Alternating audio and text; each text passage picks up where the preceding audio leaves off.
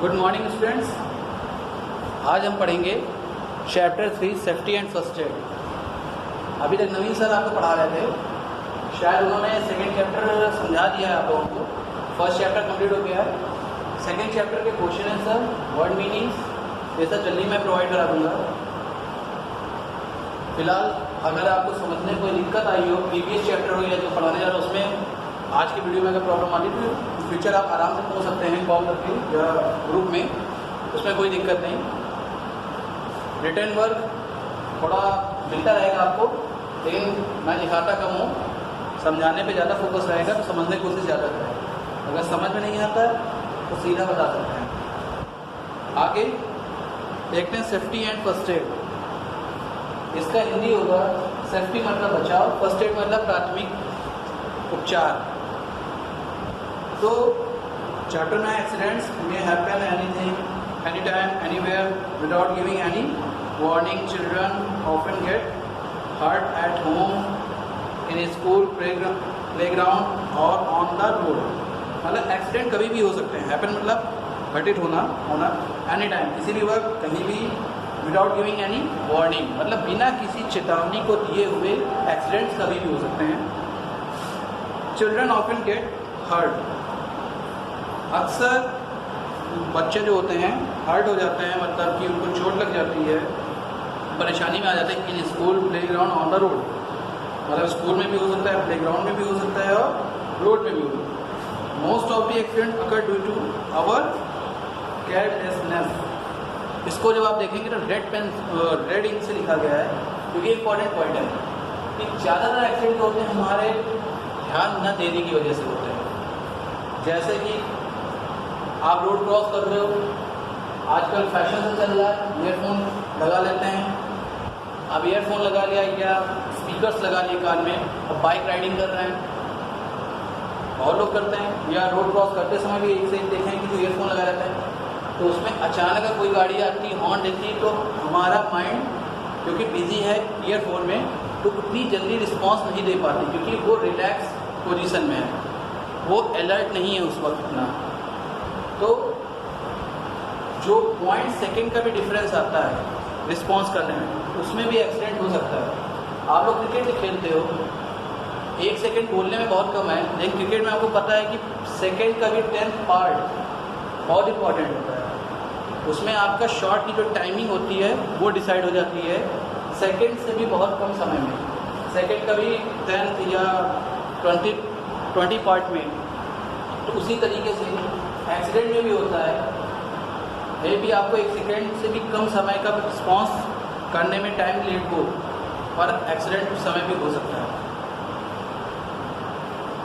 In class 3rd and 4th we have learn some safety rules. हमने class 3rd और 4th में कुछ safety rules पढ़े, that we must follow all the time. Do you remember that? मतलब कि हमने कुछ सेफ्टी रूल्स जो पढ़े थे वो हमें हमेशा फॉलो करने हैं। ये नहीं कह रहे हैं कि सेफ्टी रूल्स फॉलो करेंगे तो हमें कभी एक्सीडेंट होएगा ही नहीं, हो जाता है, क्योंकि हो सकता है कि हमने ध्यान दिया बट सामने वाले ने ध्यान नहीं दिया, उसकी गलती रही हो, बट चांसेस कम हो जाता है। अगर सब लोग ध्यान दें तो मैक्सिमम चांसेस हैं कि एक्सीडेंट्स नहीं होंगे। तो हमें सेफ्टी रूल्स फॉलो करने चाहिए। अब सेफ्टी ऑन द रोड, सड़क पे हमें क्या क्या सेफ्टी रखनी चाहिए उस पर बात की गई है। Safety on the road is more important than ever before because of the rapid increase in the number of vehicles। मतलब जो रोड पे सेफ्टी ध्यान रखने वाली चीज़, इस पर मतलब सबसे ज़्यादा ध्यान देना चाहिए रोड पे सेफ्टी। क्यों? क्योंकि डेली लाइफ में हम देख रहे हैं कि नंबर ऑफ व्हीकल्स जो हैं डेली बढ़ते चले जा रहे हैं, बहुत तेज़ी से इंक्रीज़ कर रहे हैं। रोड का साइज़ वही है, चौड़ाई उतनी है, बट गाड़ियाँ बढ़ती जा रही हैं, पॉपुलेशन बढ़ती जा रही है, व्हीकल्स नए नए आते जा रहा है। इसलिए बोला जाता है फिट रहने के लिए आप लोग साइकिल यूज़ करें या पैदल चलें।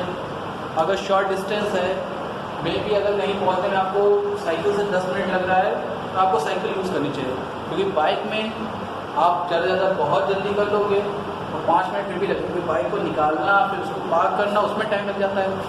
तो 2-3 मिनट का डिफरेंस पड़ेगा। 6-7 मिनट वैसे भी लगना है, 10 मिनट साइकिल से लगना है, तो 2-3 मिनट भले ही बचे आपके, बट उसमें आपकी बॉडी फिट रहेगी और पॉल्यूशन कम होगा, एक्सीडेंट के खतरे कम होंगे और भी बहुत सारी चीज़ें। आजकल एक तरह से बेवकूफ़ी कहा जाए कि घर पे हम लोग साइकिल नहीं चलाते या पैदल नहीं चलते और कार लेकर जिम जाते हैं और वहाँ पर बैठ कर साइकिल चलाते हैं फिट रहने के लिए। तो आगे देखते हैं इसको। Being careless on the road can lead us to serious accident. अगर हम सड़क पर केयरलेस रहेंगे तो हमको बहुत ही बड़ी दुर्घटना हो सकती है, एक्सीडेंट हो सकता है। We all should follow the safety rules on the road. हमें सेफ्टी रूल्स फॉलो करने चाहिए सड़क पर। इन प्रीवियस क्लास, पिछली क्लासों में we have learn all about traffic lights, footpath and zebra crossing etcetera. हमने हर तरह की लाइट्स के बारे में डिस्कस किया था पिछली क्लास में, फुटपाथ के डिस्कस किया था और जेब्रा क्रॉसिंग में भी। We seen many sign on the road. हमने रोड में जो साइन मिलते हैं उनके बारे में डिस्कस किया था। These sign are called road sign और ट्रैफिक साइन। इन्हें रोड साइन या ट्रैफिक साइन कहते हैं। We all should learn and follow this sign. हम इन सभी साइन को मतलब पहले तो सीखना चाहिए कि इसका क्या मतलब है और उसके बाद उसे हमें फॉलो भी करना चाहिए। It's very important. Safety from fire. अब यहाँ पे कुछ साइन जो दे रखे हैं वो आपको आपकी बुक्स में मिल जाएंगे, तो आप उसमें देखिए और उसका मतलब नीचे दिया गया है। तो अगर समझ में नहीं आता है तो पूछिए। Safety from fire. अब आग से बचाव कैसे करें? Fire spread very fast and can cause loss of life and property. आग बहुत तेज़ी से फैलती है और उससे ज़िंदगी या फिर पैसों का नुकसान बहुत ज़्यादा होता है। जैसे कि मॉल में आग लग गई या कहीं भी आग लगती है तो पता है जितना सामान है लाखों करोड़ों का पूरा बर्बाद। तो हेल्थ के साथ साथ इसमें वेल्थ भी बहुत अच्छी खासी चली जाती है। इसके अलावा फायर सेफ्टी ध्यान देने वाला इसलिए भी है कि फायर सेफ्टी में इम्पॉर्टेंट चीज़ ये भी है कि फायर लगा किस चीज़ से है। जैसे कि अगर मान लीजिए कैंडल या पेट्रोल इस टाइप से आग लगे तो उसके लिए कुछ और प्रिकॉशन लेने होते हैं। जैसे नॉर्मली आग लगती है तो क्या करते हैं, पानी डालते हैं। बट अगर कभी शॉर्ट सर्किट की वजह से आग लगे, आग में तो आप पानी डाल सकते हो बट हर जगह पानी यूज़ नहीं कर सकते क्योंकि शॉर्ट सर्किट है। उसमें अगर पानी डालेंगे तो करंट फ्लो हो जाएगा, झटके देने लगेगा। और मे भी अगर कोई बड़ा मॉल है जिसके पास अपना पर्सनल ट्रांसफार्मर है या जनरेटर है, अच्छे खासा फेज देते हैं, उसके लिए स्पेशल 3 फेज लाइन आएगी, वो 440 वोल्ट का करंट फैला सकता है। असल वो 440 वोल्ट का झटका हमारे लिए बहुत खतरनाक होता है। हड्डियाँ तक फ्रैक्चर हो सकती है अगर हड्डियाँ कमज़ोर हैं। अब कॉजेज़ बताया गया कि आग क्यों लगती है। सबसे पहला इलेक्ट्रिकल फॉल्ट ही किया गया है क्योंकि ज़्यादातर मोस्ट ऑफ द केसेस जो होते हैं इलेक्ट्रिकल फॉल्ट की वजह से ही होता है।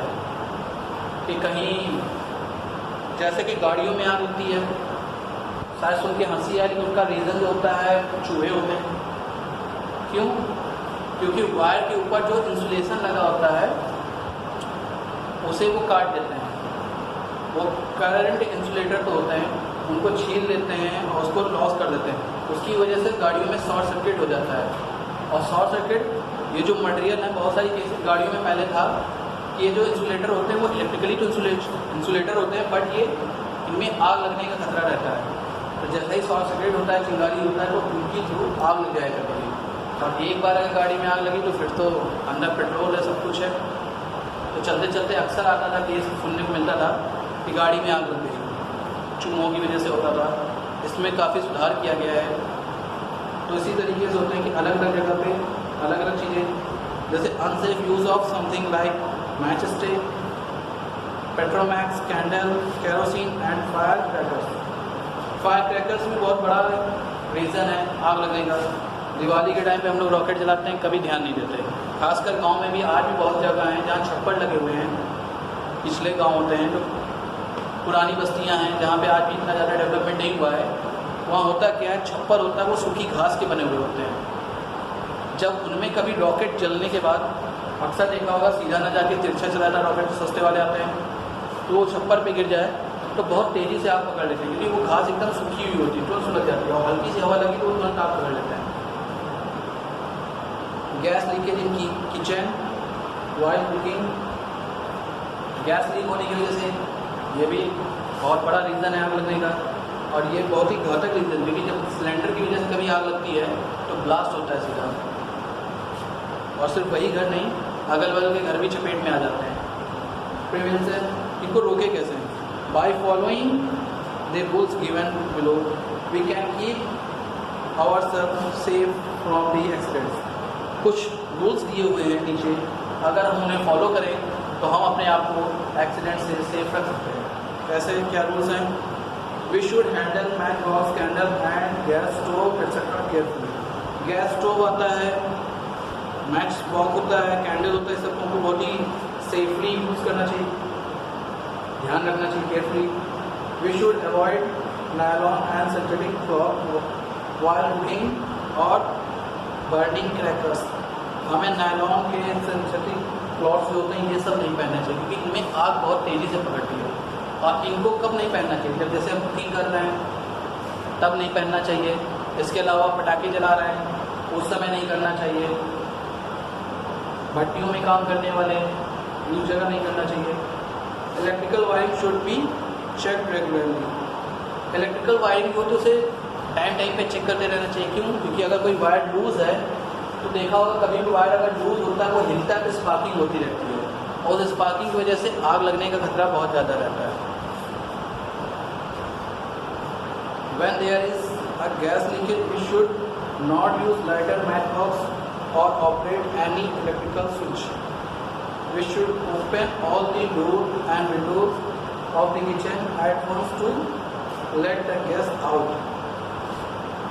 मतलब कि अगर कभी गैस लीक हो रही है तो हमें लाइटर, मैच बॉक्स ये सब ऑपरेट नहीं करना चाहिए, मतलब नहीं यूज़ करना चाहिए। और इसके अलावा कोई भी इलेक्ट्रिकल इक्विपमेंट जैसे स्विच होते हैं इनको नहीं करना, क्योंकि कभी भी देखा होगा गौर से, कभी स्विच को ऑन करो तो अंदर होता क्या है, स्विच के अंदर का जो स्ट्रक्चर होता है वो हल्का समझने की कोशिश करें तो ये मान लीजिए वायर आ रहा है और ये अंदर से ऐसा होता है, ये अभी जुड़े नहीं, लेकिन जैसे आप स्विच ऑन करके दबाते हैं ये टच कर जाता है, करंट आता है। एकदम से कोई चीज़ जब जुड़ती है तो हल्की सी स्पार्किंग जरूर होती है। उस वक्त जो सेकंड भर की स्पार्किंग होती है, अगर गैस फैली हुई है तो आग लगाने के लिए उतना काफ़ी होता है। फायर फाइटिंग, अब कैसे फाइट करना है? Fire can be put out by following methods. देखते हैं मेथड्स क्या है। व्हेन पेपर और would is on fire it can B extinguished by throwing water over it। अगर हम मतलब पेपर या लकड़ी से आग लगी हुई हो तो हम उसे बुझा सकते हैं using water. When the fire is caused by petrol, अगर पेट्रोल की वजह से आग हो it can be extinguished by throwing sand और मड ओवर इट। अब इसमें आ गया सैंड और मड। एक चीज़ और है, सैंड या मड का यूज़ सबसे बेस्ट होता है अगर आग बुझाने के लिए जो सिलेंडर्स आते हैं, फायर एक्सटिंग्विशर जो आते हैं, अगर वो है तो वो तो सबसे बेस्ट है। अगर नहीं है तो सैंड और मड सेकंड नंबर में सबसे अच्छी चीज़ होती है। रीज़न, इसको यूज़ हम यहाँ भी कर सकते हैं और जंगल में भी कहीं हो तो उसको यूज़ करना चाहिए। रीज़न, अगर जैसे मान लीजिए कोई मतलब कोई इलेक्ट्रिकल फॉल्ट हुआ उसकी वजह से आग लगी, तो अगर आप मिट्टी डालते तो ये इंसुलेटर होता है, करंट को ये इसमें करंट फैलने का भी खतरा नहीं है, मतलब आपको झटका भी नहीं मारेगा और आग बुझ जाएगी। पेट्रोल में हो गया, अगर आप पानी डालते हो या इलेक्ट्रिकल इक्विपमेंट में पानी डालोगे तब भी करंट मारेगा। पेट्रोल में पानी डाल दो तो पेट्रोल, केरोसिन ये सब जो होते हैं डीजल पानी से हल्के होते हैं, डेंसिटी बेस देखा जाए तो ये तैर के ऊपर आ जाता है। जितने में पेट्रोल है उतना पेट्रोल तो जलेगा ही जलेगा, पानी हमेशा नीचे बैठ जाएगा और पेट्रोल ऊपर आ जाएगा, तो उससे कोई फ़र्क नहीं पड़ने वाला। लेकिन मिट्टी का यूज़ करते हैं तो वहाँ भी पानी को आग बुझ जाएगी। इसके अलावा जंगल वंगल में भी जैसे कहीं कैंपेन चल रहा है, हम लोग कैंप वैम्प में गए हुए हैं, पिकनिक मना रहे हैं, और अगर थोड़ा सा जंगली इलाका है तो वहाँ पर मिट्टी का यूज़ करना चाहिए। क्योंकि अगर पानी का यूज़ करेंगे तो हमेशा होता क्या है, जब भी हम पानी डालते हैं तो गैस रिलीज़ होती है, धुआं उठता है, स्मोक।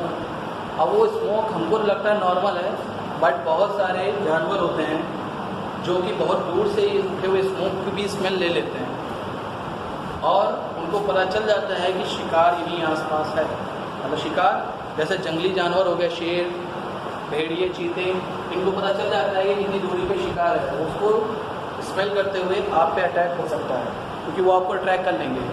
जबकि मिट्टी का यूज़ करने से कभी भी धुआं नहीं उठता है।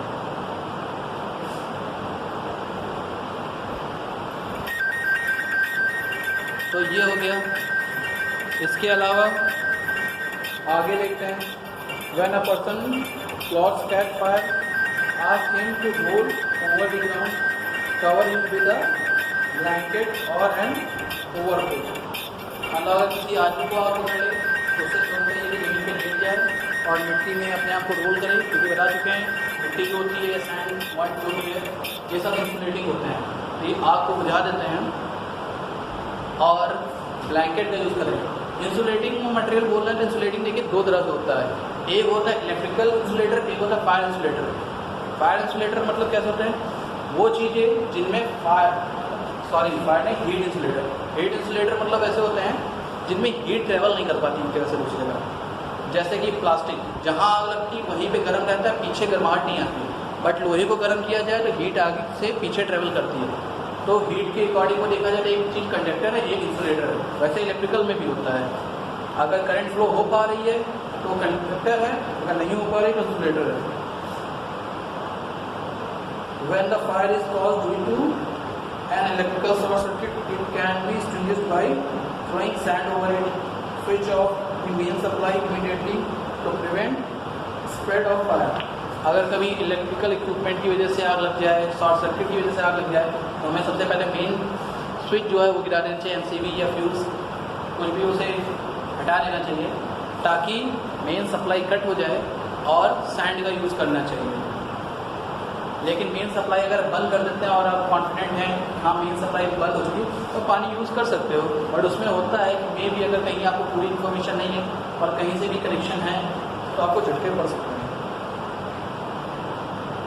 इन केस ऑफ बिग फायर, जब बड़ी आग लग जाए, we should shout of for help immediately and dial 101 on our telephone to call the fire brigade. जब बहुत बड़ी आग लगे तो हमें फायर ब्रिगेड को बुला लेना चाहिए और चिल्लाना चाहिए मदद के लिए, मतलब आसपास के लोग आएँ और हमारी मदद करें। तो आज हमने दो चीज़ों के बारे में बात कर ली। इसके अलावा फर्स्ट एड बात करेंगे, जब आग जल जाए, जब जानवर हमें काट ले, इस तरह अलग अलग केसेस पे, तो वो हम कल देखेंगे। आई होप आपको समझ में आया होगा। तो आज के लिए इतना ही रखते हैं। Thank you. बाकी रिस्पांस आप लोग देते रहिए। अगर कुछ समझ में नहीं आ रहा तो पूछिए। जो नॉर्मल हैं उनको ठीक है, बाकी जो फिजिक्स के होंगे उसमें प्रैक्टिकल भी कराएंगे यहीं पे, मतलब होगा सब कुछ। लेकिन आप लोग लेक्चर देखिए और अगर कुछ कमी लग रही है या कुछ समझ नहीं आ रहा तो तुरंत पूछें। Thank you very much.